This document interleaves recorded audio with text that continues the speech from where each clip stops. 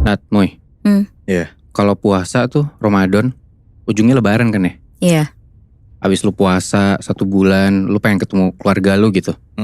Maaf-maafan, baikan. Ya pokoknya suasana keluargaan lah. Lu pengen ketemu keluarga pas lu mudik. Tapi lu ujungnya malah ketemu sosok yang gangguin lu gitu. Makhluk halus. Makhluk halus.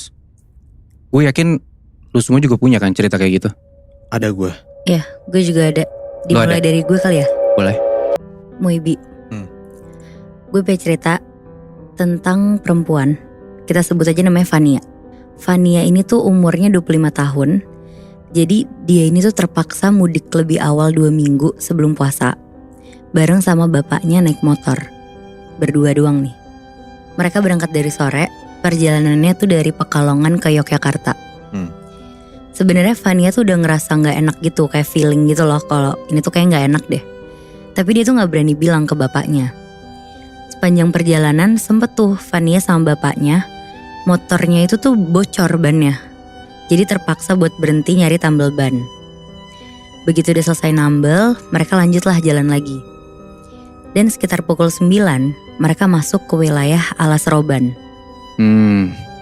Pas masuk ke daerah situ, beberapa kali Fania tuh merinding. Terus dia doa-doa aja lah di situ. Sedangkan bapaknya tuh masih bawa motor dengan tenang. Nah, satu persatu di malam itu tuh kendaraan kayak ngeduluin motor mereka terus. Sampai akhirnya makin lama tuh makin sepi jalan yang dilewatin sama si Fania dan bapaknya.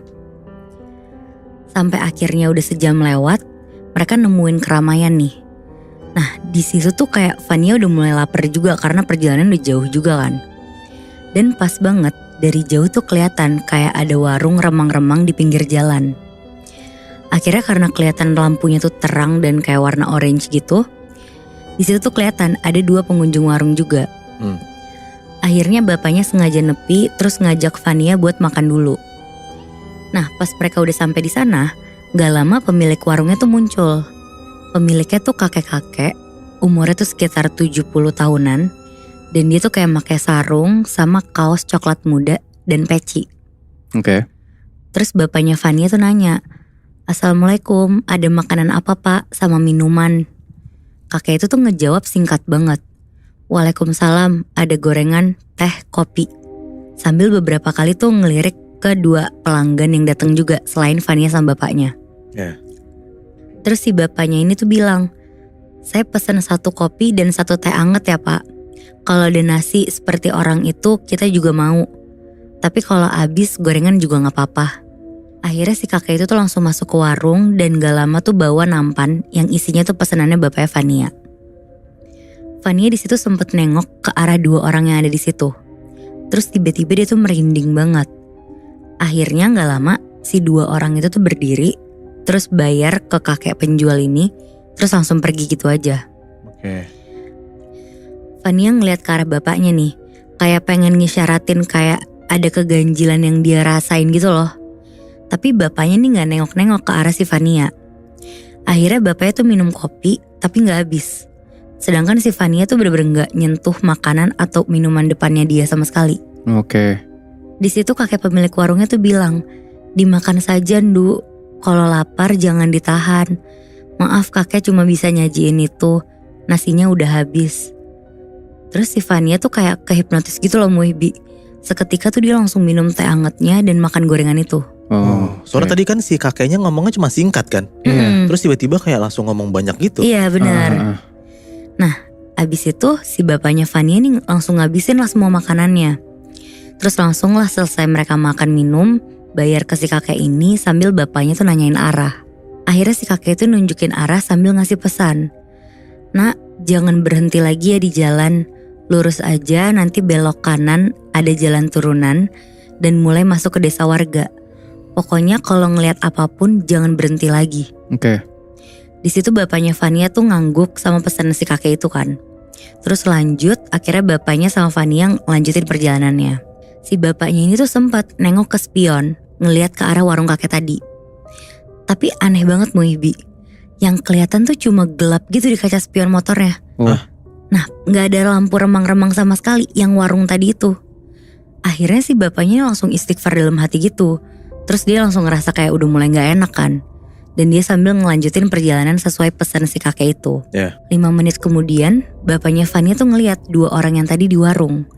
Lagi duduk di pinggir jalan sambil kayak ngelambai-lambain tangan ke arah motor bapaknya. Aduh. Tapi untungnya si bapaknya ini tuh inget sama perkataan kakek tadi. Bapaknya gak berhenti sama sekali, motor tetap jalan. Terus sampai kurang lebih 5 menit kemudian si bapak tuh ngeliat 2 orang itu dengan posisi yang sama masih ngelambain tangan ke arah motor. Ya gila. Terus di situ si Vania langsung melukin bapaknya lah tuh. Dia udah sadar tuh kondisi itu tuh kayak udah lumayan horor kan. Tapi untungnya bapaknya tuh tetap maju ke depan aja, nggak berhentiin motornya sama sekali. Nah ada kali Muibi setengah jam tanpa berhenti, mereka tuh berdua ngelewatin orang itu tuh berkali-kali. Terus-terusan jadi maju ada orang itu, maju ada lagi. Gila. Dan di situ bapaknya juga udah mulai ketakutan tuh. Tapi dia bener-bener keinget omongan kakek itu. Sampai akhirnya bener-bener jalan terus aja deh, mau berkali-kali ketemu. Ya udah yang penting gue jalan terus. Iya. Sampai tiba-tiba motor bapak sama Vania tuh kayak dihadang sama sosok besar banget tinggi kayak raksasa gitu. Sampai mereka tuh udah bener-bener gak bisa jalan karena kehalangan. Iya. Di situ bapaknya tuh zikir kenceng banget Muhibi. Dan Vania juga baca-baca doa yang dia hafal. Tapi mereka berdua tuh bener-bener gak turun dari motor sama sekali. Dan setelah 5 menit mereka dihadang sama sosok besar itu, tiba-tiba sosok itu tuh untungnya hilang. Dan mereka tiba-tiba ada di jalan yang belok kanan, terus jalanannya mulai turun ke bawah. Yang ke arah warga desa. Iya. Ini kasih tahu si kakek tadi ya. Benar. Oke. Nah meskipun sampai di Jogja tuh sekitar pukul 1 pagi, bapaknya sama Vania tuh bersyukur banget lah bisa sampai rumah dengan selamat akhirnya. Terus usut punya usut Muihbi, warung remang-remang tempat mereka berhenti itu tuh ternyata bukan punya manusia. Tapi penunggu di alas roban. Ya gila. Dan entah kopi, teh, gorengan yang mereka makan tuh gak tahu dari bahan apa kan. Iya.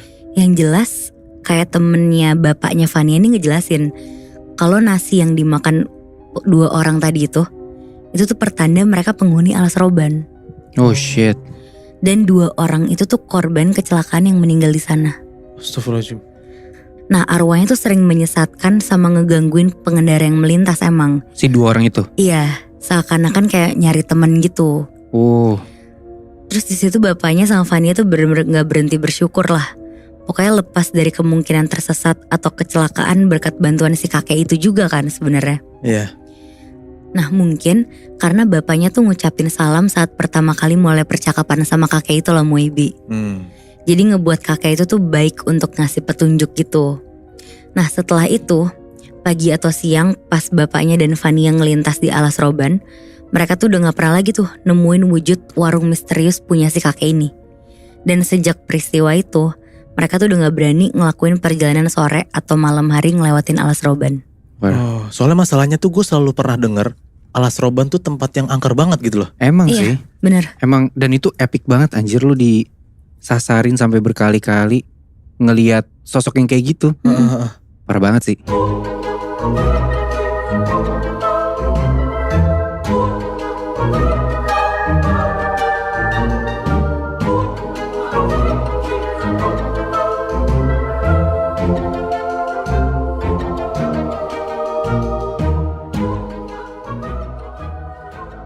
Ada satu cerita yang gue dapat.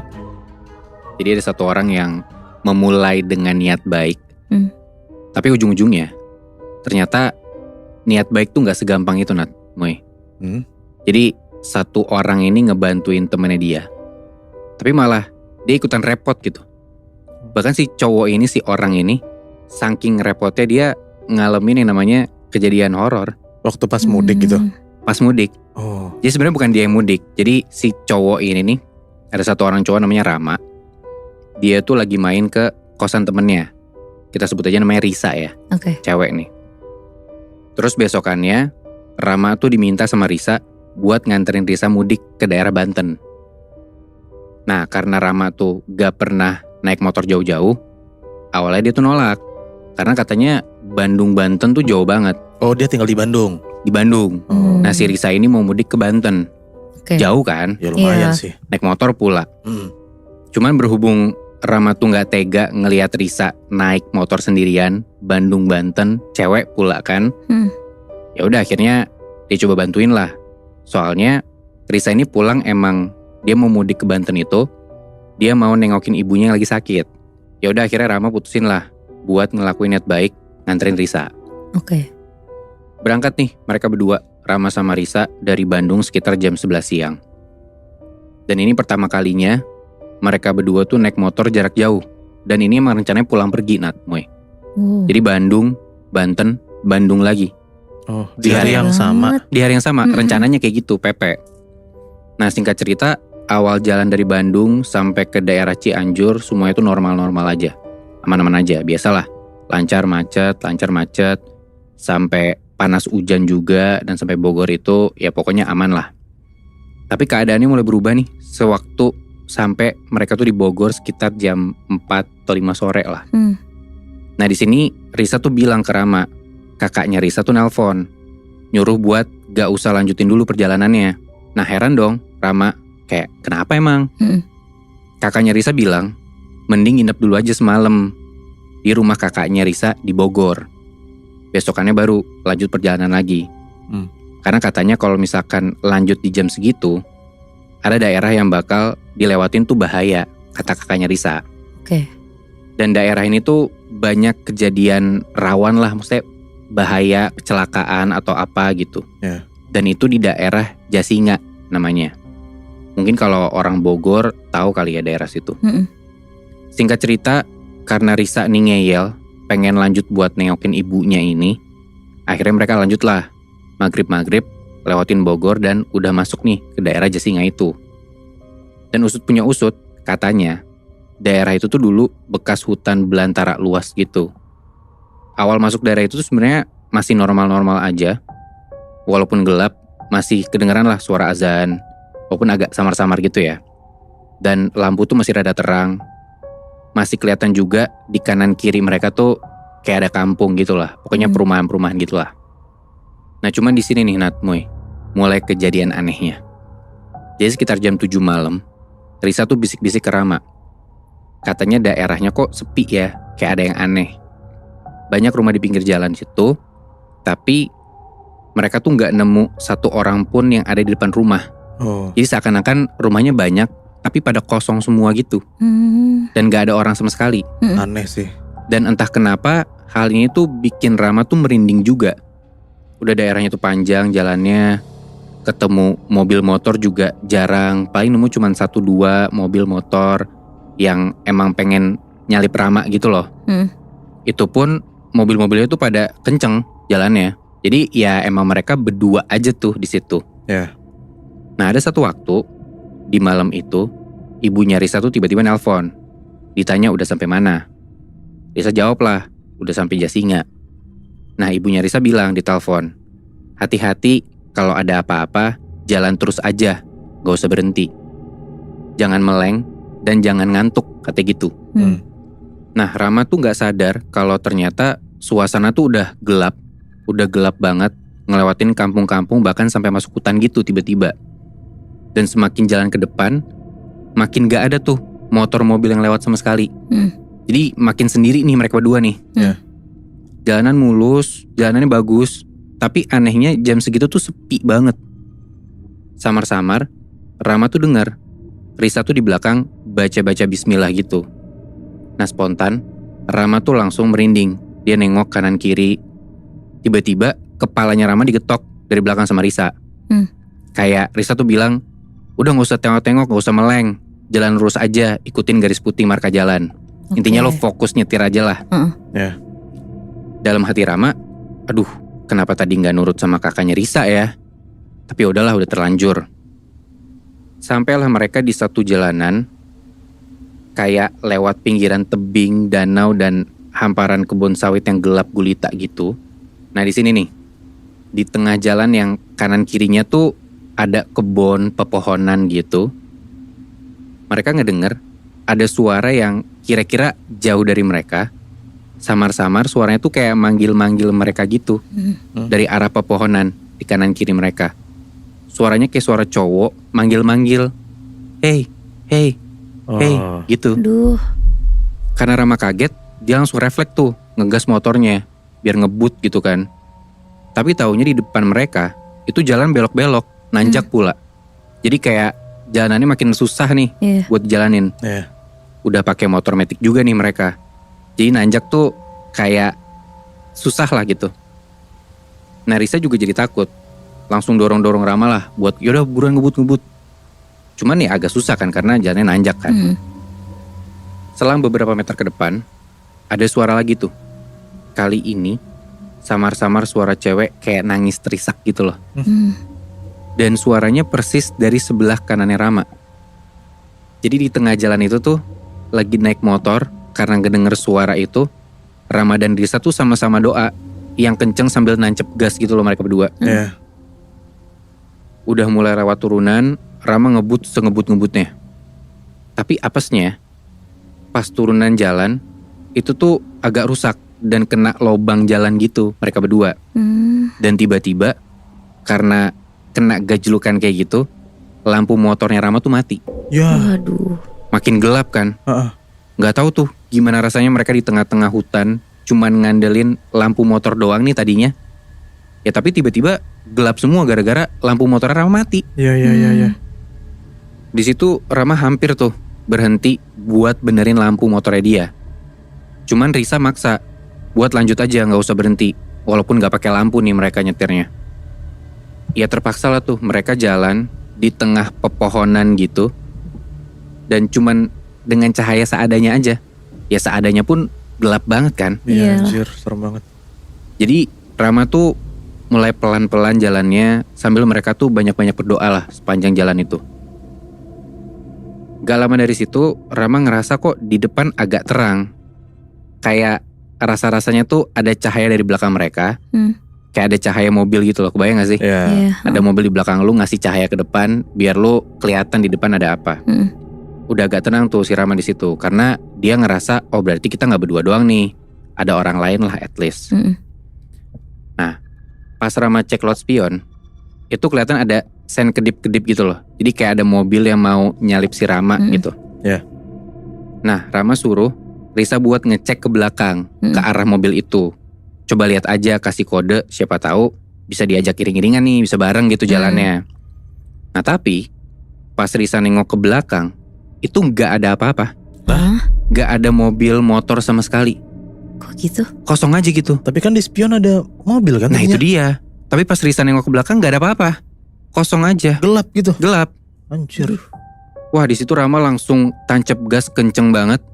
Dan dengan posisi ketakutan sambil ngebut gitu. Rama ngerasa pas dia lagi ngebut nih, kayak ada bayangan hitam gitu loh di sebelah kanan motornya dia. Lari kenceng banget. Waduh. Wah itu Rama benar-benar panik, sepanik-paniknya. Cuman untungnya gak lama dari situ lampu motornya Rama tiba-tiba hidup lagi. Singkat cerita, sampailah mereka ke daerah pinggiran Banten. Lampu-lampu mulai kelihatan, udah agak rame, udah gak sepi lagi lah intinya. Dan tetap sepanjang perjalanan mereka gak berhenti-berhenti tuh buat doa. Baca bismillah, Yasin, surat-surat pendek, mereka zikir kenceng-kenceng. Dan setelah itu ternyata mereka berdua pun sempat kesasar juga di daerah Banten. Kayak sekitar udah 8 jam jalan, mereka berdua di motor itu, mereka kesasar. Tapi untungnya gak lama di situ.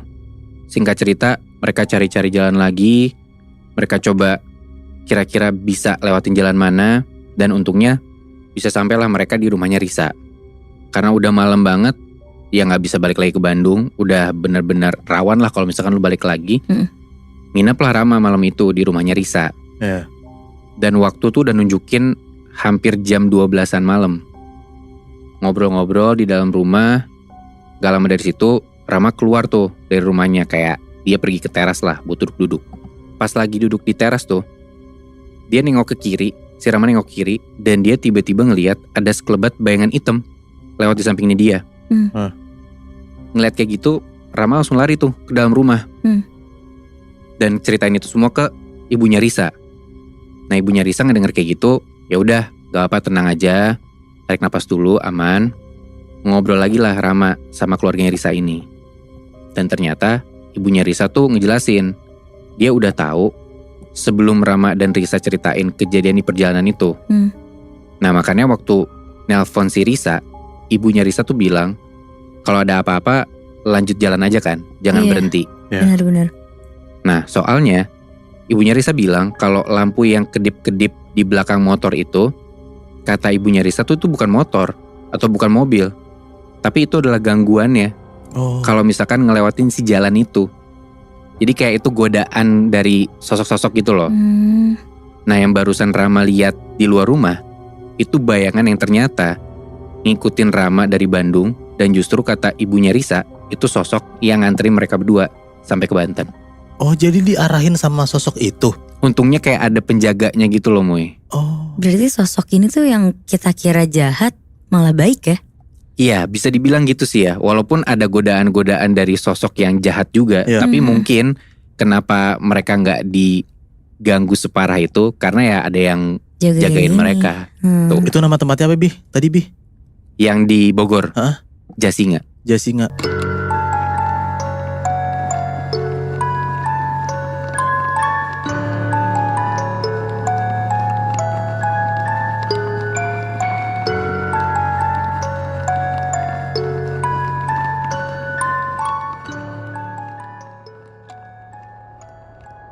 Gue dapat cerita yang cukup mengerikan juga Bi, Nat, dari soal mudik ini.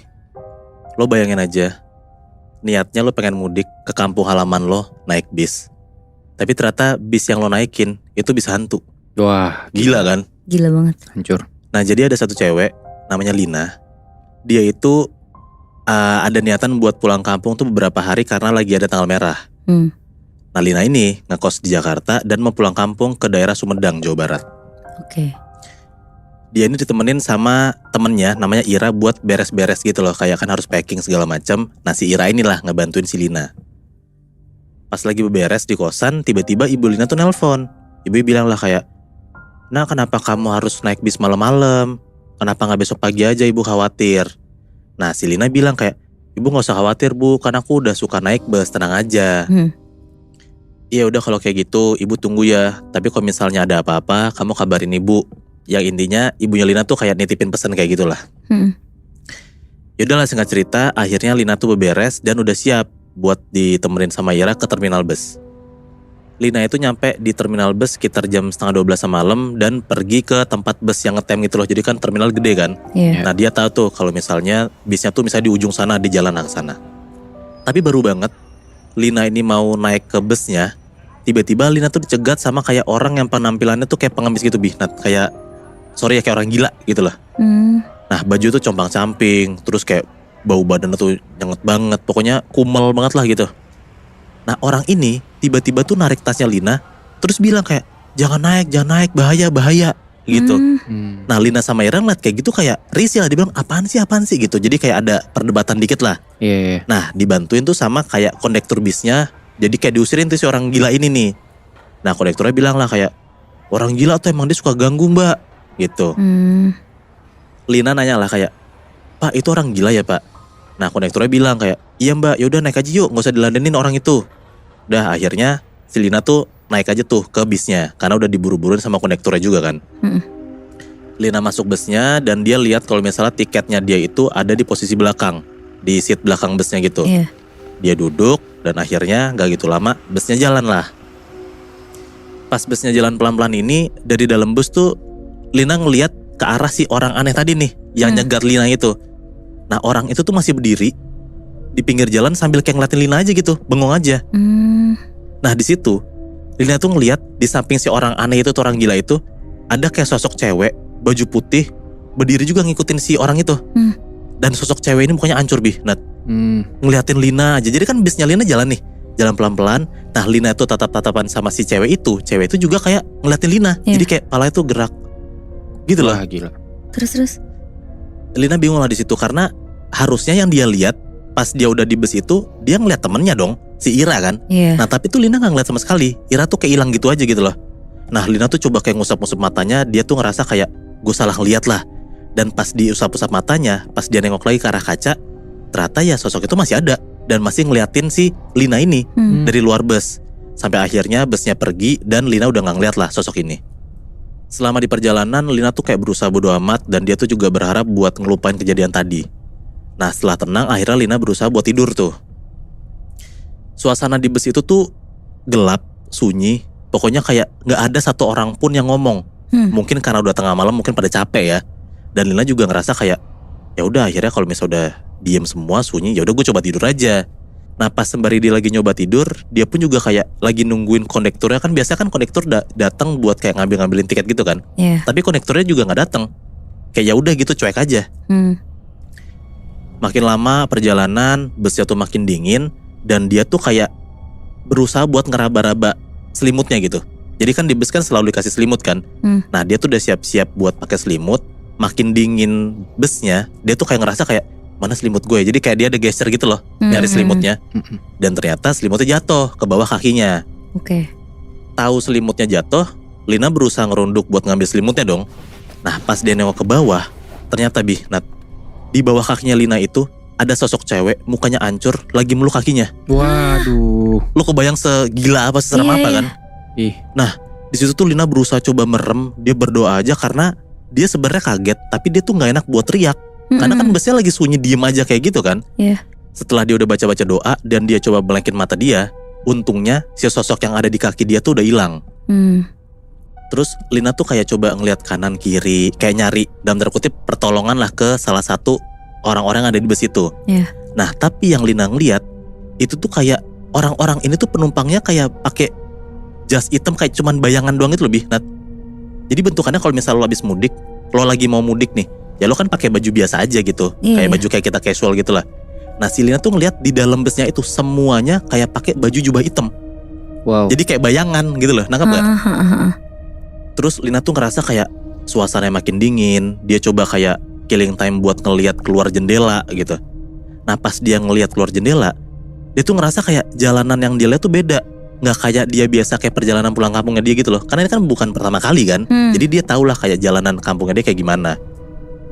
Dia tuh ngeliat di luar jalanannya itu tuh kayak banyak banget orang-orang di pinggir jalan lagi jalan, pakai kayak pakaian tradisional gitu. Dan rumahnya tuh jadi kayak rumah-rumah zaman dulu gitu loh. Harusnya perjalanan rumahnya dia itu ke kampung dia gak kayak gitu.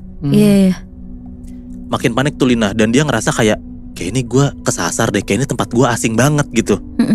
Nah Lina makin ketakutan, dia menggigil, nafasnya sesek, dan dia tuh bener-bener ketakutan banget lah. Sampai badannya tuh gak bisa gerak sama sekali Nat. Lina coba baca doa, sebisa mungkin doa apapun yang dia bisa dia baca. Dan lama-lama alhamdulillahnya badan dia tuh bisa digerakin lagi. Lina coba tuh kayak makin merhatiin ke arah luar jendela. Pas dia ngeliat ke arah jendela, keluar jendela tuh, dia ngeliat ada kayak sosok cewek baju putih lagi gelantungan di atas pohon. Waduh. Dan sosok ini tuh banyak banget Nat. Gak cuma satu gitu. Serem banget. Lina takut banget. Dia tuh mikir kayak ini nih fix banget ada yang gak beres di perjalanan dia ini gitu. Terus pas dia lagi panik, dia ketakutan, busnya tuh berhenti tiba-tiba. Nah pas busnya itu berhenti, dia tuh ngeliat kayak penumpang-penumpang yang tadi kayak bayangan yang pakai baju serba hitam itu tuh turun dari bus. Nah Lina mutusin buat turun juga lah. Dia mikir kayak daripada gua jalan terlalu jauh dan gua nggak tahu ini di mana. Akhirnya Lina mutusin buat turun tuh dari busnya. Tau gak Nat? Ternyata selama perjalanan itu berjam-jam itu dia tuh belum pergi sama sekali dari terminal. Wah. Jadi dia tuh turun dari bus, yang dia lihat itu tuh terminal yang tadi. Gila. Dia linglung banget, dia bingung banget, dia deg-degan banget. Sampai Lina tuh coba nyari pertolongan lah. Untungnya ada kayak tukang ojek itu mangkal di dekat terminal itu. Buru-buru lah Lina tuh naik ojek itu dan dia minta dianterin ke kosannya lagi.